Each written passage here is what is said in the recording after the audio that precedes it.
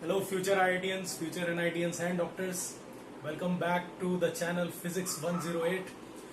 तो आज हम लोग डिस्कस करने वाले हैं कुछ वेरिएबल एक्सेलरेशन केसेस. जैसे काइनेमेटिक्स चल रहा है, जैसे तुम लोग को पता ही होगा, और उसकी कुछ इक्वेशंस वेरिएबल एक्सेलरेशन केसेस की, और उससे रिलेटेड किस किस तरह की प्रॉब्लम बन सकती है, उसको कैसे सॉल्व किया जाता है.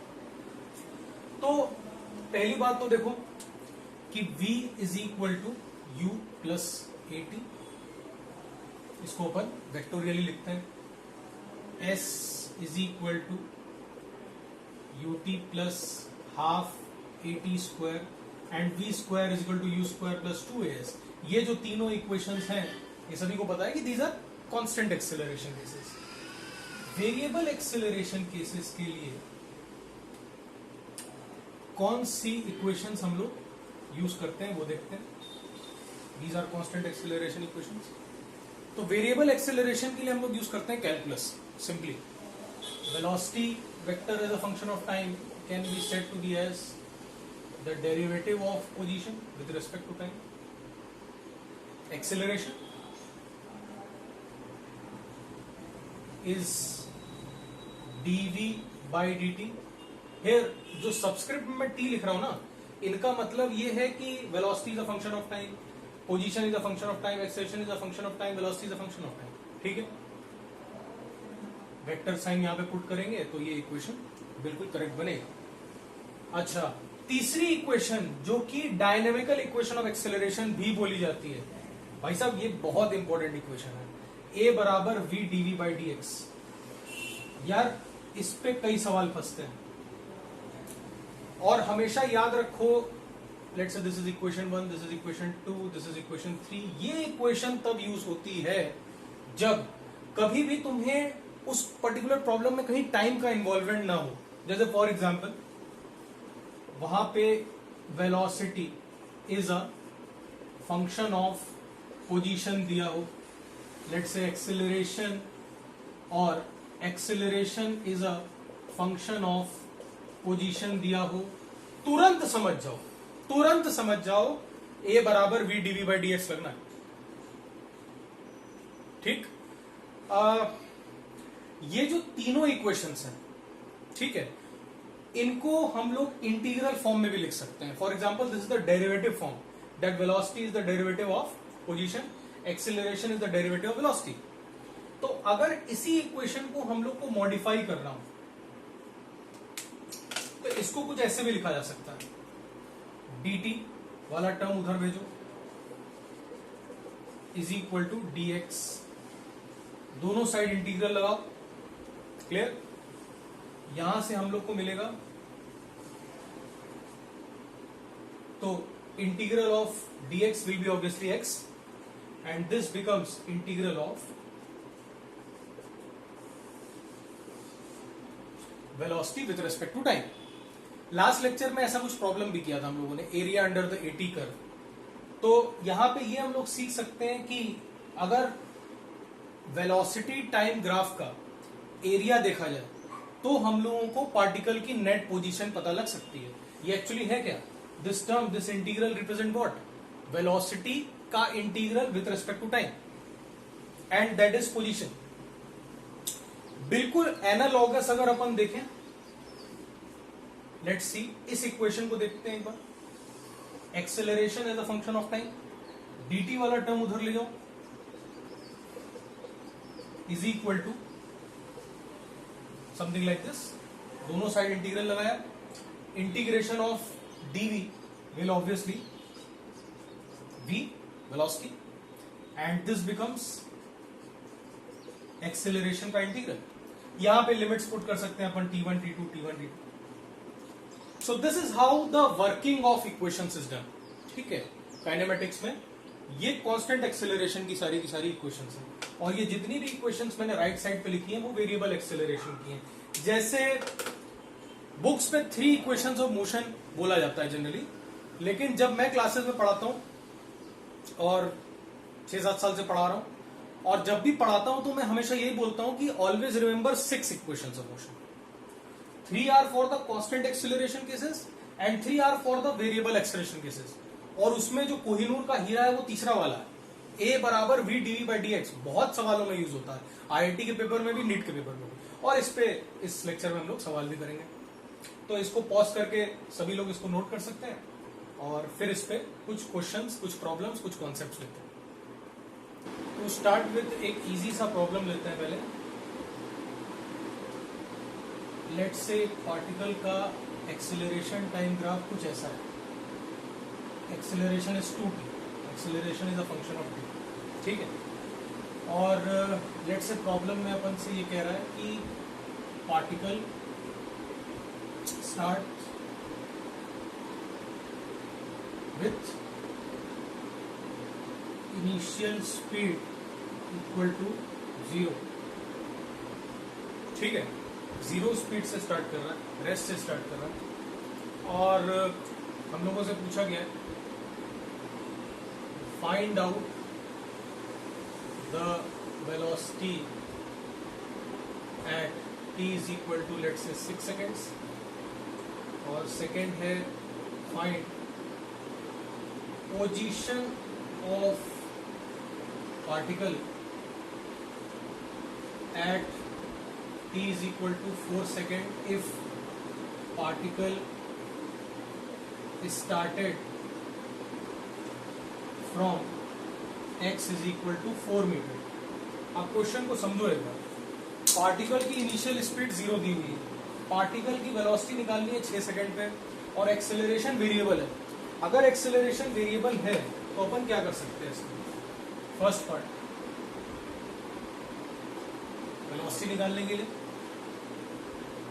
एक्सेलरेशन का integral a dt, it's a function, it's 2t, put करो values, 2t dt integral t1 to t2, कहां से कहां तक देख रहे हैं अपन? 0 से लेके 6 सेकंड तक। अच्छा, साथ साथ जो अभी बिगनर्स हैं वो ये भी समझो, जो 12th में है उनको समझ में आ रहा होगा, जो भी 11th में है, लेफ्ट हैंड साइड को यहाँ पे भी अपन इनिशियल और फाइनल लिमिट, लोअर और अपर लिमिट पुट करेंगे।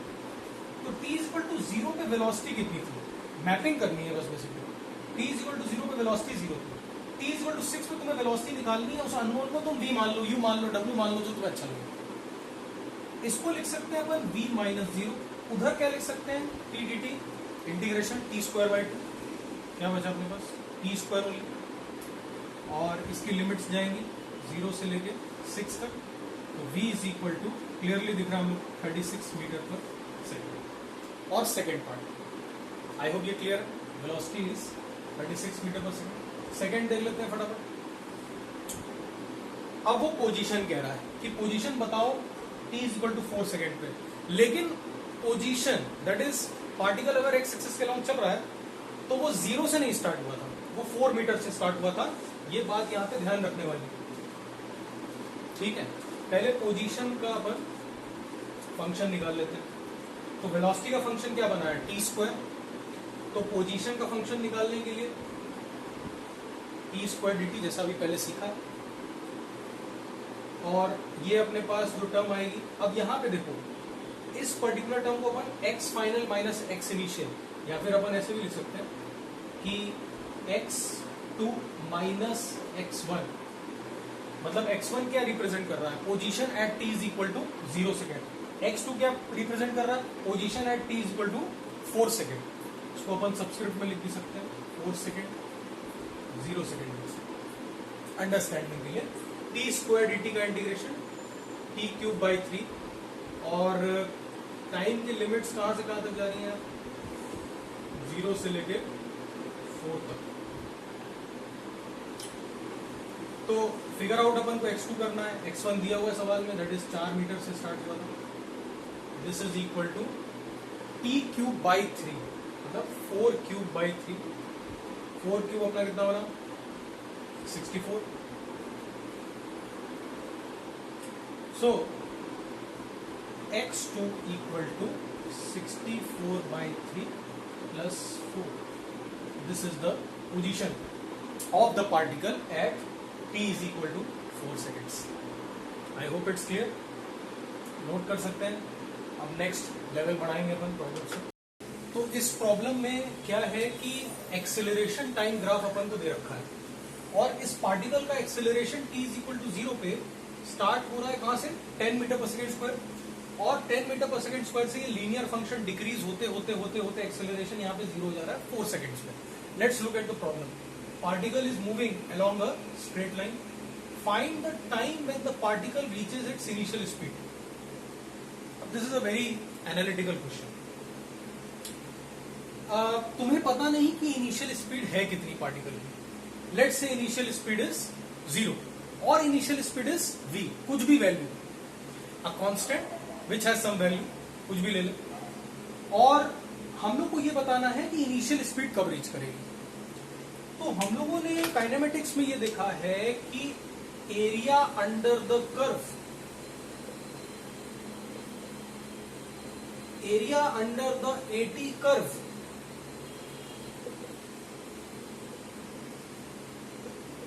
क्या देगा हम लोग. Area under the AT curve we will get what, we will get actually final velocity minus initial velocity. अब शायद तुम्हें देख के समझ में आ रहा होगा, अगर ये कर्व यहां से कंटिन्यू हो रहा है, ये फंक्शन कंटिन्यू हो रहा है, तो कब ये एरिया 0 हो जाएगा. जब ये 0 होगा तभी इनिशियल और फाइनल वेलोसिटी क्या हो जाएंगी, इक्वल हो जाएंगी. अब लेट्स सी ये 0 कहां पे होता है. सिंपल एनालिसिस, ये दो ट्राइंगल्स दिख रहे होंगे, दोनों का एरिया कब बराबर होगा, व्हेन t बराबर 8 seconds. So t is equal to 8 second is your answer. ऐसे टाइप के आ सकते हैं जेई और नीट. सिंपल एनालिसिस, ज्यादा कुछ नहीं. Clear. Next problem. So next problem क्या कह रहा है कि particle acceleration function is given. हम लोग को एक पार्टिकल के एक्सेलरेशन का फंक्शन गिवन है यहाँ पे, दैट इज 3 माइनस 2x, एक लीनियर फंक्शन दिख रहा है, और x इज position as usual. First find the positions where velocity is 0, and second find the velocity of the particle when acceleration is 0. ठीक है, तो ये दो चीजें देखनी है, और इन चीजों को देखने के लिए सबसे पहले तो हम लोग फिगर आउट करने की कोशिश करेंगे velocity as a function of position. और मैंने इसी लेक्चर में ये बताया हुआ है पहले कि a is equal to v dv by dx. ये बड़ी क्रूशियल इक्वेशन है, और जब भी acceleration as a function of position बात हो या फिर velocity as a function of position बात हो, तो ये इक्वेशन हम लोग को जरूर यूज करके एक बार देखनी चाहिए सवाल में, और यहाँ तो डायरेक्टली ये यूज होनी भी चाहिए. तो कैसे इसको अप्लाई करते हैं देखते हैं. Acceleration as a function of position is equal to 3 minus 2x. क्या लिख सकते हैं, v dv by dx. अब इस इक्वेशन को एनालाइज करो. dx वाली टर्म उधर भेजते हैं, 3 minus 2x dx is equal to v dv. इस पूरी टर्म को इंटीग्रेट करते हैं बोथ साइड्स, ये बनेगा 3 dx का integration. So it implies that 3 dx का इंटीग्रल सेपरेट कर लो, माइनस 2x dx का integral is equal to v dv का इंटीग्रल हो गया v स्क्वायर बाई 2. अपन यहाँ पे सिर्फ अभी फंक्शन देख रहे हैं, इनडेफिनेट इंटीग्रल कर रहे हैं. तो ये अपने पास बना 3 dx का integration 3x minus x dx integration x square by 2, 2 और 2 cancel, is equal to v square by 2. तो एक्चुअली में v का फंक्शन कितना बना, या v स्क्वायर कितना बना, v स्क्वायर बन गया अपने पास 6x माइनस 2x स्क्वायर. तो ये फंक्शन आते ही इस पूरे सवाल की कहानी खत्म है. जो भी पूछा है एनालाइज कर लेते हैं. फर्स्ट कह रहा है find the positions where the velocity is 0. ये टर्म 0 हो जाएगा. ये टर्म 0 कब होगी, जब obviously 6x minus 2x square 0 हो जाएगा. तो x कॉमन ले लेते हैं यहाँ पे, या इनफैक्ट 2x कॉमन ले लेते हैं. 2x 3 minus x equal to 0. तो कौन कौन सी पोजीशंस आई, एक तो x इज इक्वल टू 0 ही आ गया, और एक और आंसर आ गया अपने पास x is equal to 3. Clear है. तो x इज इक्वल टू 0 और x इज इक्वल टू 3 पे इस पर्टिकुलर केस के लिए पार्टिकल की वेलोसिटी खत्म, 0. Second, find the velocity of the particle when acceleration is 0. अब एक्सेलरेशन 0 कहां पे होगा यार, एक्सेलरेशन 0 तब होगा जब 3 माइनस 2x 0 हो जाएगा. तो 3 माइनस 2x अगर 0 हो गया तो वहां पे x की वैल्यू है क्या actually, 2x is equal to 3, x is equal to 3/2. और इसी x इज इक्वल टू 3/2 को यूटिलाइज करते हुए हम लोग किसके फंक्शन में पुट कर देंगे, वेलोसिटी के फंक्शन में. सो जब x इज इक्वल टू 3/2 अपन पुट करेंगे वेलोसिटी के फंक्शन में, तो v square is equal to 3/2 into 6. अब तो सिर्फ कैलकुलेशन है, 6 3 18/2 9 minus 2x square becomes 9/4 into 2, that is 9/2. तो ये बना 4.5. It implies that v is equal to root of 4.5 metre per second. इस तरीके से हम लोग वेरिएबल एक्सेलरेशन के क्वेश्चंस को, केसेस को एनालाइज करते हैं. एंड रिमेंबर, जैसा मैंने इस लेक्चर में तुम्हें बताया हुआ है कि a बराबर v dv by dx, ये बहुत क्रूशियल इक्वेशन है. तो I hope this lecture was really useful to you. ठीक है, स्टे मोटिवेटेड, लाइक करो, इसको शेयर करो, सब्सक्राइब करो, एंड ऑल द बेस्ट.